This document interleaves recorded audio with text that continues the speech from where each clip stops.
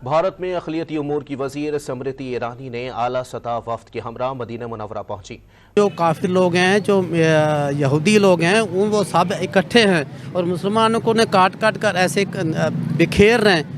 जब वो इकट्ठे हैं, हम बिखरे हुए हैं। आपको नहीं लगता कि उनके फॉरेन पॉलिसीज बहुत अच्छी हैं? यार नहीं, कि सऊदी भी उनके साथ हाथ मिला रहा है, मुसलमान भी हाथ मिला रहा है, नॉन मुस्लिम भी मिला रहा है। वो अमीर लोग हैं, वो हर चीज से इंडियन अमीर है। वीडियो देख लीजिए। स्मृति ईरानी, क्योंकि सास भी कभी बहू थी, एक बहुत मशहूर सीजन है, उसकी हीरोइन रह चुकी हुई हैं। आजकल ये पार्लियामेंटेरियन है, एमएलए हैं और ये लोकसभा की मेंबर हैं, सियासत में हैं।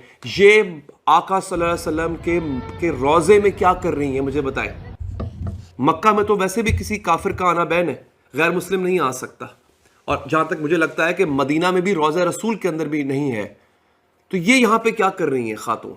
हमारा वो एक मुसलमानों के लिए एक इबादत की जगह है, एक अच्छी जगह है, पाक मुकद्दस जगह है, तो वहाँ पे अलाउ नहीं होना चाहिए। क्योंकि मुसलमानों के लिए भी है कि अगर वो भी जाएं तो बावुज़ू होके जाएं। तो ये हिंदू के लिए इतनी रिलैक्सेशन नहीं देनी चाहिए, या कोई भी मज़हब हो। भारत और इजराइल एक है। ये अगला टारगेट क्या है? अगला टारगेट है मक्का और मदीना। वो कह रहे आखिर में हम मक्का और मदीना पर भी कब्जा कर लेंगे। प्योरीफाई दोज प्लेसेस, हम उन जगहों को पाक कर देंगे।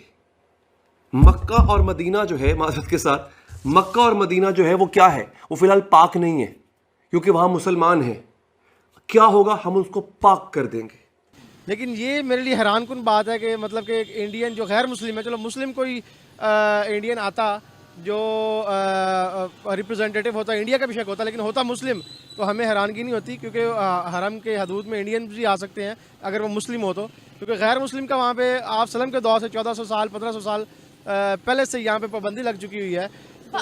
तो मेरे लिए हैरानकुन बात भी है और तशवीशनाक भी है। पाकिस्तान को एक रद्द-ए-अमल भी देना चाहिए इस पर कि गैर मुस्लिम को कम से कम हदूद हरम के अंदर जो है वो रसाई नहीं मिलनी चाहिए। कि बच्चों को मारना, बच्चों को ज़िबा करना, औरतों को मारना जायज़ है। ये जंग है और इस जंग में आप हर वो बुरा काम कर सकते हैं। आप बच्चों के साथ जिनसी फेल कर सकते हैं, औरतों का रेप कर सकते हैं, ये सब कुछ कर सकते हैं। ये बाकायदा तौर पे इनको इंस्ट्रक्शन दी जाती है। दोस्तों, पिछले कई दिनों से पाकिस्तान के लिए मिडिल ईस्ट से बुरा खबर ही आ रहा है। पहले तो यूएई के प्रेसिडेंट भारत विजिट पर आए, मोदी जी का और भारत का खुलकर तारीफ किए। भारत ने बड़ा रकम इन्वेस्ट करने को लेकर भी वादा किया। उसी टाइम फ्रेम में स्मृति ईरानी सऊदी अरब विजिट पर गए थे और मदीना गए थे। और मदीना में वो एक तरीके से आप कह सकते हो हिंदू ड्रेस कोड के हिसाब से गए थे। और इसी बात को लेकर पाकिस्तान और हमारे जो भारत में या फिर बांग्लादेश आप ले लो, सब कॉन्टिनेंट में जो कन्वर्टेड मुस्लिम है, उनको ज़्यादा जलन हो रहा है और बहुत ज़्यादा रोना धोना कर रहे हैं। और सऊदी वालों को ये ब्लेम कर रहे हैं कि ये इस्लाम को भूल गए हैं और इनके ये ऐसे हरकतों के कारण इस्लाम बदनाम हो रहा है, इस्लाम बर्बाद हो जाएगा वगैरह वगैरह। लेकिन वो लोग तो मुँह तोड़ जवाब दे रहे हैं इनको। लेकिन आप इनका जो रोना धोना चल रहा है, आप आखिर तक के वीडियो को एंजॉय करिए। मैं मिलूंगा आप सबसे वीडियो के आखिर में और बात करते हैं स्मृति ईरानी सऊदी अरब जो विजिट किए हैं, आने वाले टाइम में भारत और सऊदी अरब का संबंध और कितना मजबूत होगा। तो अरब मुल्क जो है इंडिया के लिए अपने शरिया में जो है लचक दिखा रहा है। वहाँ पर जी मिनिस्टर, जो उनकी विमेन मिनिस्टर स्मृति ईरानी जो है साड़ी में दिखाई दे रही है। क्या वजूहात है कि सऊदी अरब जो है इंडिया पर जान निछावर कर रहा है, अपने सब कुछ पॉलिसीज इंडिया के ऊपर डिपेंड करे कि जैसे इंडियन चलाएंगे सऊदी वैसे चलेंगे। और क्योंकि जो इंडिया है no, he is the economic power of the world, ठीक है। तो इंडिया को इग्नोर करना, क्यों ये जो है ना, no it's not an easy. और जहाँ तक अब हम पाकिस्तान की तरफ आते हैं, तो पाकिस्तान तो हम जो है ना, बजाय प्रोग्रेस करने के हम तो डे बाय डे पीछे जा रहे हैं। हमारे जो अपने फॉरेन रिजर्व्स हैं वो भी उधार के मांगे हुए हैं, बेड़ा गर्क हो गया। अच्छा, यूएई के और सऊदी अरब के और नहीं, वो हमारे फॉरेन रिजर्व भी उन्हीं के रखे हुए हैं। और हम आईएमएफ के बगैर जो है ना एक दिन नहीं चल सकते। और हमारे मुल्क का ये हाल है कि हमारी जो माइक्रो लेवल की पॉलिसीज़ है ना, उनको भी आईएमएफ डिक्टेट करता है कि बिजली के बिल ये होने चाहिए, पेट्रोल ये होना चाहिए, ये होना चाहिए।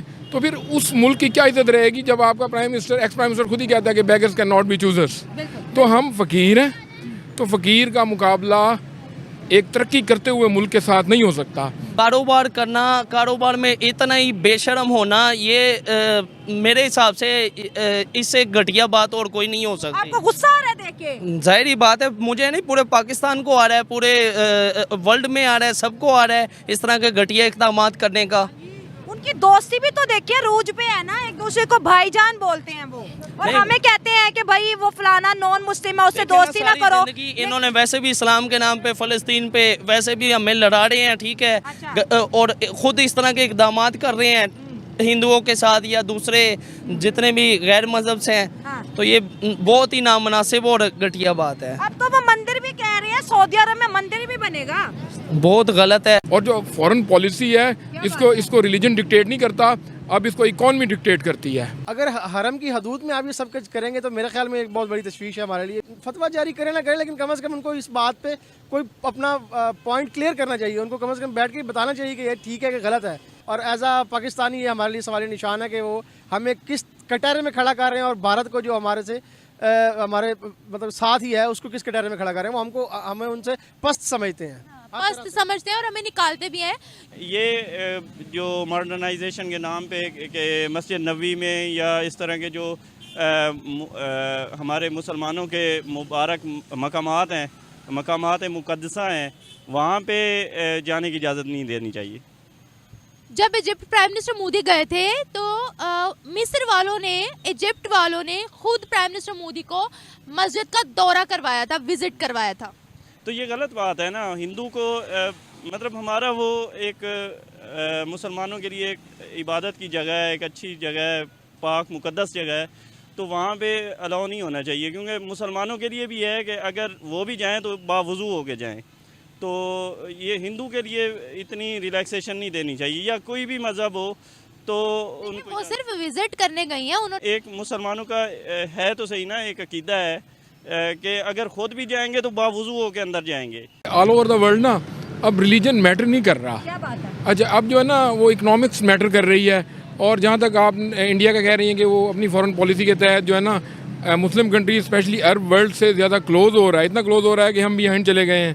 तो अच्छा, उसकी एक रीज़न ये है कि इंडिया जो है ना बूमिंग इकॉनमी है, उसने यूके को पीछे छोड़ दिया है। I think now is the fifth largest economy of the world and this matters. देखिए, स्मृति ईरानी का सऊदी अरब विजिट ये एक तरीके से आप कह सकते हो अचानक तो नहीं हुआ है, क्योंकि भारत और सऊदी अरब दोनों अपने रिश्ते को मजबूत करने को लेकर पिछले 5-6 साल से सीरियसली स्टेप उठा रहे हैं। और 2-3 महीने पहले जब G20 का समिट भारत में हुआ था, तब मोहम्मद बिन सलमान G20 समिट के कुछ दिन 2 दिन बाद भी वो भारत में रुके थे और बहुत सारे बातों पर डील हुआ था। और आगे ये दोनों देश अपने रिलेशन को कैसे बढ़ाएंगे वो रोड मैप भी एक तरीके से आप कह सकते हो कंप्लीट हो गया था। अब स्मृति ईरानी विजिट करने के लिए गए हैं। 2-3 चीज़ नोटिस करने वाली है। एक तो जैसे मैंने शुरू में कहा कि वो बिल्कुल हिंदू ड्रेस कोड के हिसाब से गए हैं, ना कि अपने सर को ढकना हो या फिर ऐसा कुछ भी नहीं किया जिससे लगा हो कि नहीं वो थोड़ा अपने तरफ से झुक रहे हैं। ऐसा कुछ भी नहीं हुआ है। वो फ्रीडम एक तरीके से उनको मिला है, वो किस हिसाब से वो जाएंगे।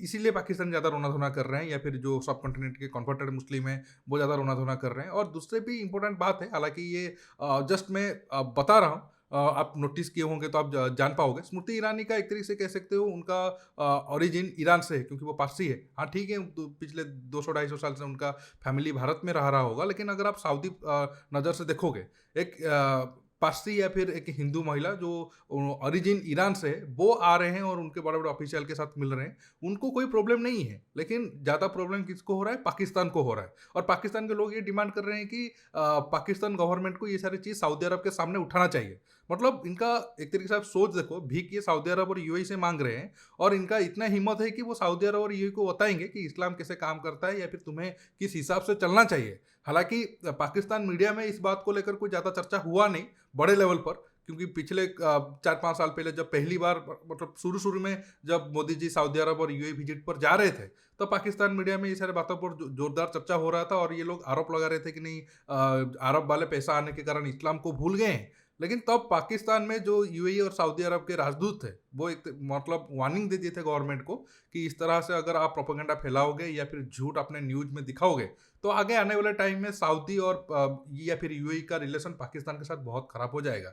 इस बात को लेकर पाकिस्तान गवर्नमेंट और आर्मी डर के कारण ये सारा न्यूज़ तो मीडिया में नहीं चला रहे, लेकिन पब्लिक और उनके पब्लिक सेंटीमेंट क्या है आप सब ये रिएक्शन वीडियो में देख सकते हो। भीख मांग रहे हैं, लेकिन उनका एटीट्यूड ऐसा है कि जैसे कि वो 100-200 करोड़ भीख दिए हों दूसरे कंट्री को। छोड़िए, उनका तो कुछ इलाज आप नहीं कर सकते हो, क्योंकि आप सबको पता होगा जो कन्वर्टेड हो जाता है वो ज़्यादा खतरनाक हो जाता है, क्योंकि वो खुद ये दिखाने की कोशिश करता है कि नहीं मैं बड़ा मुस्लिम हूँ, और इसी रेंज में वो जो ओरिजिनल है उनसे भी ऊपर चला जाता है। हालांकि ट्विटर में अगर आप देखोगे जो ओरिजिनल अरब वाले हैं वो ये स्टेप्स को वेलकम कर रहे हैं, लेकिन पाकिस्तानी और हम भारत से जो कन्वर्टेड है वो ज़्यादा रोना धोना कर रहे हैं, लेकिन उनके ये रोना धोना से कुछ फायदा तो होगा नहीं।